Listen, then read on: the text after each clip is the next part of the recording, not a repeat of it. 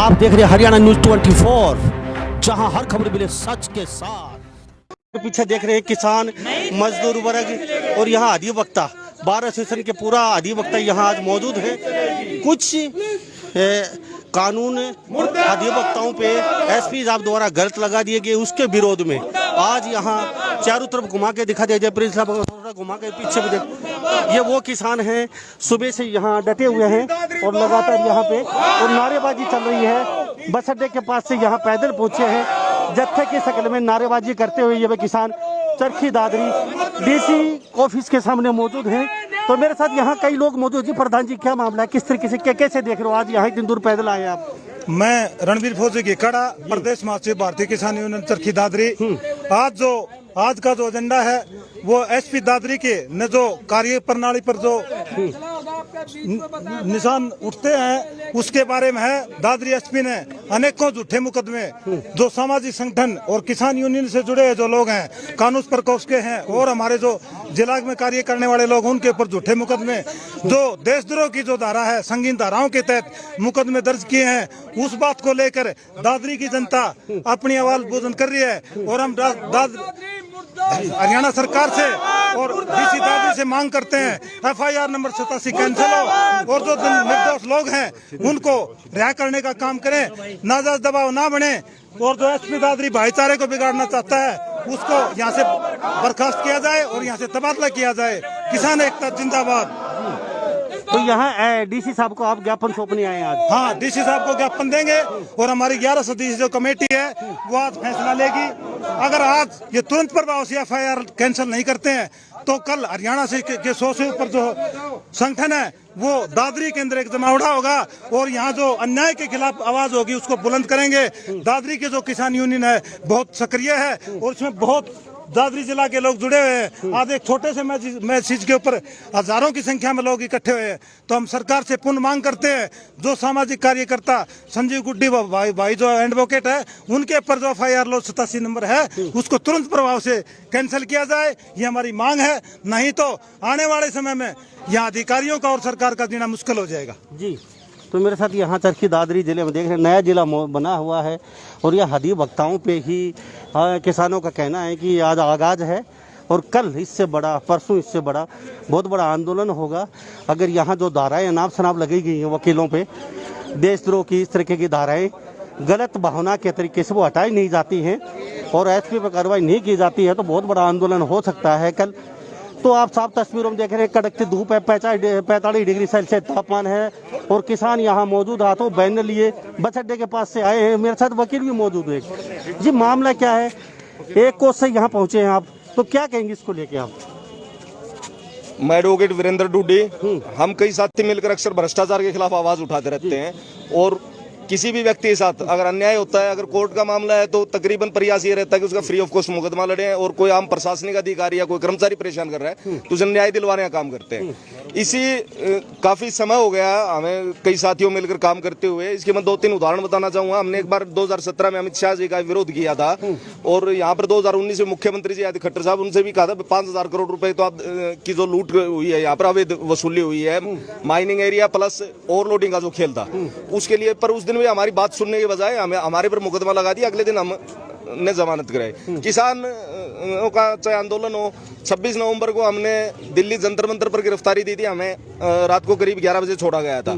इसी प्रकार जहां भी कहीं जाना होता है अपने क्षमता अनुसार वहां जाते हैं और किसी पीड़ित व्यक्ति की आवाज उठी, इसीलिए हम टारगेट पर मेन निशाने पर रहते हैं। मेरे जो अन्य साथी अधिवक्ता संजीव तक्षक, उसका भी यही कारण है कि निशाने पर। पीछे एक मर्डर हो गया था यहाँ करीब आज से 3.5 महीने पहले, 7 फरवरी की घटना है। हमने उस पीड़ित परिवार की आवाज उठा दी क्योंकि पुलिस के द्वारा किया हुआ मर्डर था, तक STF ने मर्डर किया था। तो उस प्रेशर में, समाज के प्रेशर में इन्होंने एक व्यक्ति को अंदर कर दिया जबकि 4 आदमी हथियार निकाल के आए थे। और अब उस दबाव के कारण उस परिवार ने, उसके जो पिताजी है मृतक और उसके चाचा ने एफिडेविट दे दिया। ऐसा हाल है कि किसी का जो मृतक इकलौता पुत्र मारा गया और इतना प्रेशराइज कर दिया गया कि उन दोनों को एफिडेविट देना पड़ा। हम उस मामले में गए थे, खापे भी साथ थे, अन्य संगठन भी साथ थे। हमने जैसे एसपी साहब से बात करने लगे तो तरीका हमारा उनको पसंद इसलिए नहीं आता कि हम न्याय की बात करते, कानून के हम जानकार हैं, इसलिए थोड़ी बहुत कोई बात है वो समझाने बोले आप वकालत मत करो यहाँ पे, और ऐसा कहा नाराज होकर चला गया। ये एसपी ने कहा था, एसपी विनोद कुमार ने, और उसी दिन से हम निशाने पर रख लिए थे। अब पीछे एक वीडियो वायरल हुई, एक भाई ने कुछ आरक्षण के बारे में कोई बात कही है, चलो उसमें आरक्षण के बारे में उनको कुछ गलत भी लगा, उसके खिलाफ ठीक है दे दिया। उसी में हमारे एक अन्य साथी को पकड़ लिया गया और बाद में उसमें देशद्रोह जैसी संगीन धाराएं जोड़ दी गई।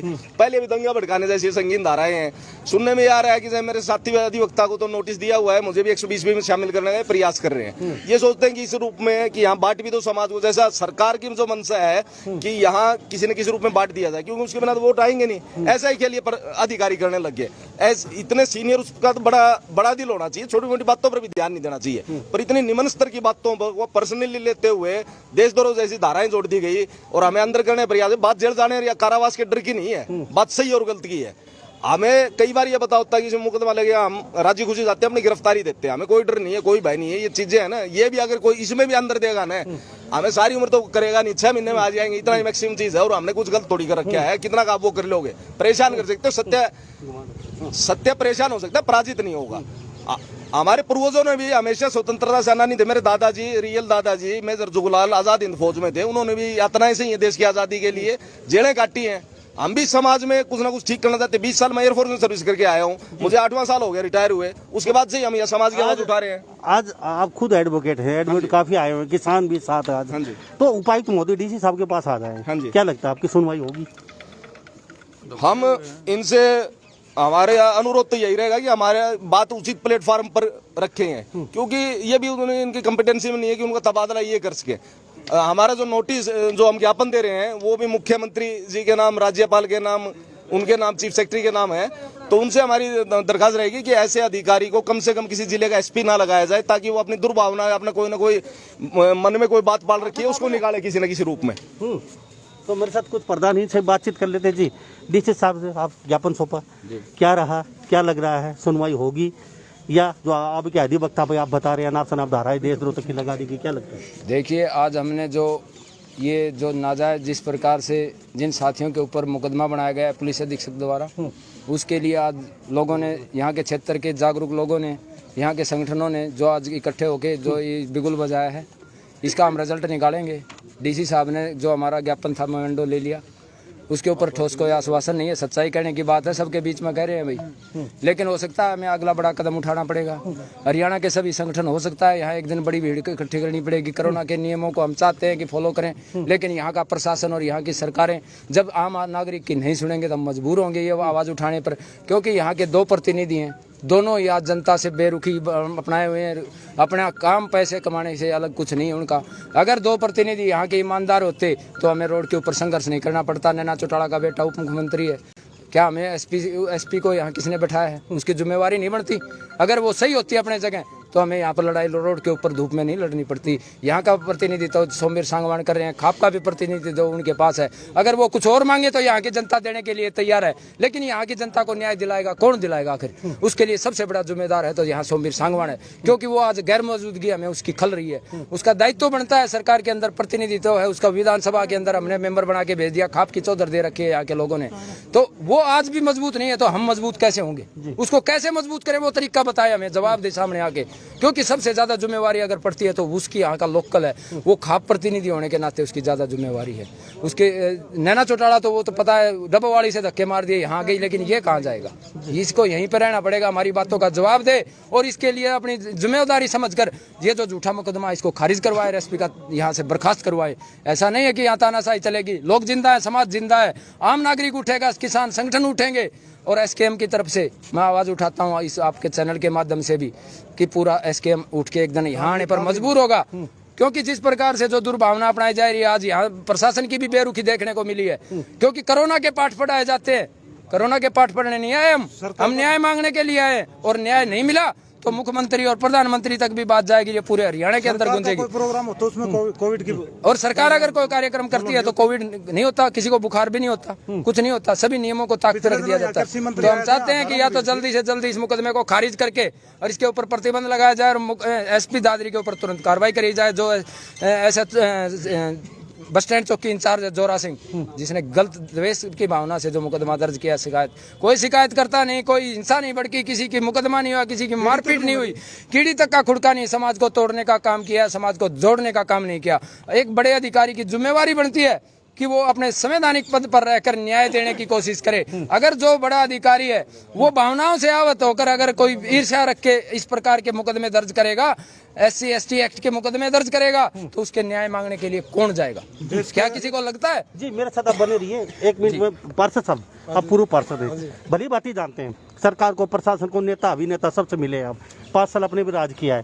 क्या लगता है आज जो कार्रवाई हुई है, SP की जो मांग कर रहे हैं, कहीं कहीं सिरे चढ़ पाएगी आपकी बात? बिल्कुल सिरे चढ़ेगी। मैं हमने SP साहब, DC साहब को भी बता दिया, सरकार का विरोध करना संवैधानिक अधिकार है। सरकार का अधिकारी किसी भी जाति से हो, हम उस जाति से हमारा कोई संबंध नहीं है। ये मुकदमा द्वेषपूर्ण भावना से दर्ज किया गया है।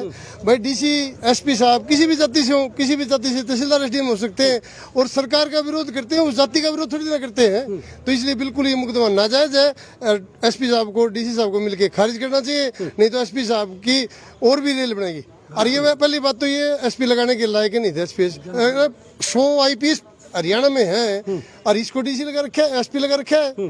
बिल्कुल अनुचित काम तो ये सरकार ने कर रखा है।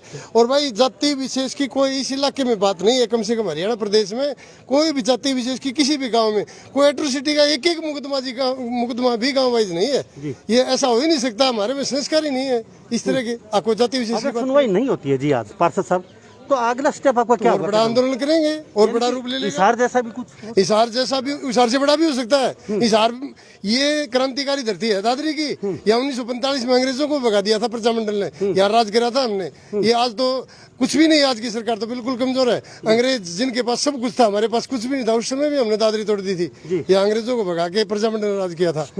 तो जरूर इस मुकदमा खारिज होगा, कन्फर्म खारिज होगा। जी थैंक यू हमारे साथ बातचीत के लिए। जी क्या लगता है साहब, आप भी 1 किलोमीटर बस अड्डे से चल के आए हैं आप, और DC साहब को ज्ञापन सौंपा है और कह रहे हैं कि SP की तुरंत कुछ सख्त कार्रवाई होनी चाहिए, क्या लगता है आपको? ऐसे जी बिल्कुल सिंपल सी और दिखाई देने वाली बात है।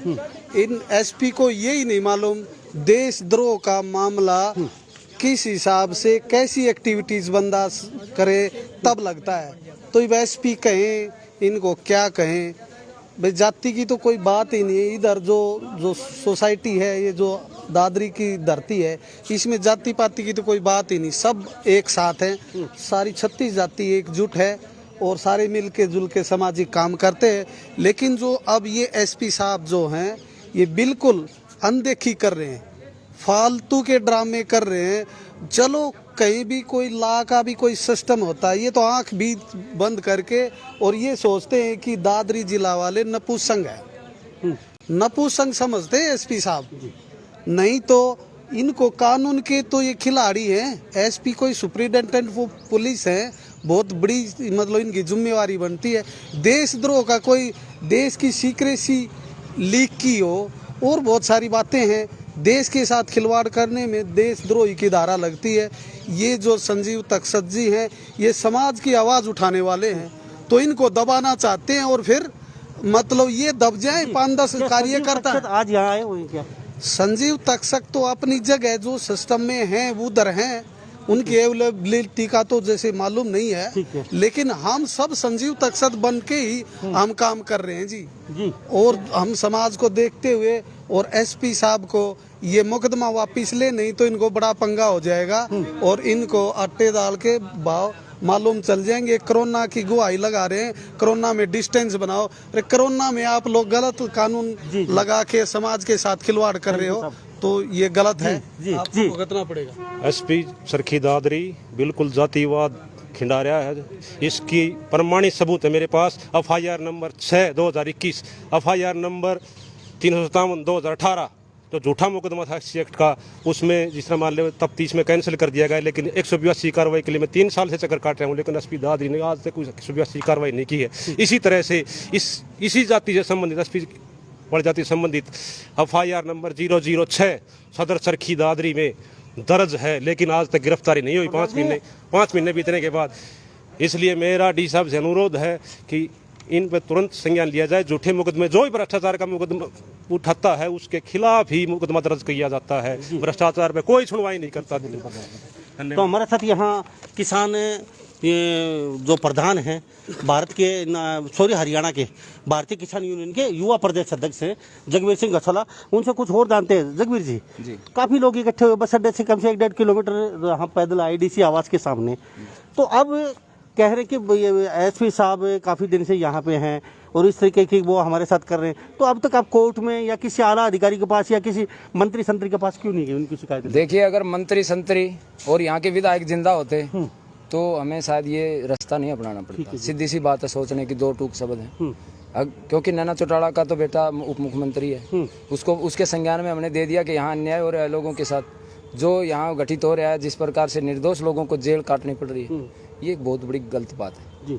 क्योंकि यहाँ प्रतिनिधि अगर जिंदा होते ना, अच्छे होते, जिनको हमने वोट देके जिताया डब्बो वाले से, जिनको बजा दिया और हमने बरडा के अंदर अपनाया, जिसको हमने निर्दलीय विधायक सोमवीर सांगवान को जिताया, ये उम्मीद के साथ जिताया कि अच्छा न्याय के काम करेंगे, सामाजिक पदों के साथ बैठे हैं, और हमने बहुत खुशी के साथ उनको जिता के विधानसभा में भेजने का काम किया। लेकिन आज जिस प्रकार से दादरी के अंदर जो अत्याचार हो रहा है पुलिस प्रशासन के द्वारा, उसके लिए जिम्मेदार कौन है? सीधे तौर पर ये दो प्रतिनिधि हैं। क्यों जवाबदेही नहीं बनती इनकी? जी, अगर कार्रवाई नहीं होती है तो अगला आपका क्या कदम होगा? अगला कड़ा भारतीय किसान यूनियन के युवा प्रदेश अध्यक्ष? नहीं, मैं मैन बॉडी का प्रदेश अध्यक्ष हूँ, युवा का नहीं हूँ। हाँ। और संयुक्त किसान मोर्चा का भी मेंबर हूँ, SKM संयुक्त किसान मोर्चा हरियाणा का हम जो हमारी एक बड़ी कमेटी है उसका मेंबर हूँ। तो मैंने इस मामले को सबसे पहले दादरी के अंदर ये जो उठाने का काम किया, पहले मैंने संयुक्त मोर्चा हरियाणा के सभी सदस्यों की जानकारी में किया। किसान और ये अधिवक्ता जो सारा आपका है कोर्ट के वकील सारे साथ हैं, तो आज शिकायत ये शिकायत में लिखा क्या आखिर? ये भी थोड़ा शिकायत में बता देते हैं। ये निवेदन है कि चरखी दादरी जिले में स्थानीय पुलिस अधीक्षक ने बस स्टैंड चौकी इंचार्ज जोरा सिंह के मार्फत एक मुकदमा number 87 SC ST act IT act एवं अन्य संगीन धाराओं के तहत दुर्भावना से दर्ज कराया, पूरे जिले और प्रदेश में सांप्रदायिक दंगा भड़काने का कार्य किया है। अब पुलिस इस मामले में संजीव तक्षक अधिवक्ता एवं उसके साथी लोगों को इसमें फंसाने के लिए कार्य कर रही हैं, क्योंकि उन्होंने पुलिस की कार्यप्रणाली पर कई बार सवाल उठाए हैं। इस मामले में चरखी दादरी बार एसोसिएशन, बिहानी बार एसोसिएशन व विभिन्न संगठनों व खाप पहले भी रोष प्रदर्शन कर चुके हैं। स्थानीय पुलिस प्रशासन ने पूरे प्रदेश में पुलिस की छवि को खराब कर दी, 36 बिरादरी का भाईचारा खराब कर दिया, जिले में दंगे भड़काने का कार्य बीज बो दिया। पुलिस इस मामले में जिन लोगों को फंसाने का कार्य करी है, उन लोगों ने शहर, जिले, प्रदेश स्तर पर कई वर्षों से अच्छे कार्य किए हैं और विभिन्न मामलों में पुलिस और सरकार को जगाने का कार्य किया। जिला का पुलिस कप्तान महत्वपूर्ण पद पर कर्मचारी अगर दुर्भावना से काम करेगा तो पूरे प्रदेश और देश में व्यवस्था खराब हो जाएगी और आमजन को पुलिस व सरकार से विश्वास उठ जाएगा। अतः आपसे हमारी प्रार्थना है कि तुरंत कार्रवाई कर पुलिस अधीक्षक व चौकी इंचार्ज को तबादला करके किया जाए और इसकी जांच करा के इसको बर्खास्त किया जाए। हरियाणा में दोबारा से इस प्रकार की घटना की पुनरावृत्ति न हो, इसलिए पुलिस अधीक्षक को जांच अधिकारी व चौकी इंचार्ज के खिलाफ लोगों को भयभीत करने, दंगा भड़काने पदे में हाथ डाला है। ऐसे नहीं कि मर्जी से डाल दिया, क्योंकि मुद्दा संवेदनशील है। मुद्दे के अंदर क्या है कि बिल्कुल ही जो हरियाणा के पूरे भारतवर्ष के अंदर कहीं भी किसी भी पुलिस अधीक्षक द्वारा इस प्रकार से भावनाओं से आहत होकर किसी ने मुकदमा दर्ज नहीं कराया। जो मुकदमा दर्ज हुआ है ये बिल्कुल रंजिशन किया गया है, बिल्कुल गलत और नाजायज। जी धन्यवाद जी। तो हमारे साथ भारतीय किसान यूनियन के मैन बॉडी के प्रदेश अध्यक्ष बने हुए थे और वकील, आज ये उपायुक्त महोदय का कार्यालय देख लीजिए मेरे पीछे। आज यहाँ ज्ञापन सौंपा गया है, भविष्य के गर्भ में है।